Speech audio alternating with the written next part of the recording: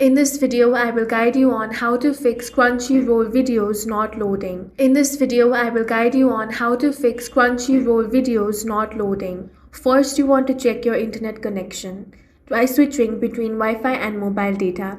Next, you want to turn on the airplane mode for 3 seconds, then turn it off again. Now, test the video to see if it loads properly. If it does not, you want to fully close the Crunchyroll app. For that, close the Crunchyroll app and then reopen the app and try playing the video again. Next, you want to update the app to the latest version. For that, launch open Play Store, search for Crunchyroll. If you find the update button, tap on that to install the latest version. Now, you want to return to home screen, long press on Crunchyroll app icon, then tap on the app info icon. Once you get here, tap on storage, then tap on clear cache.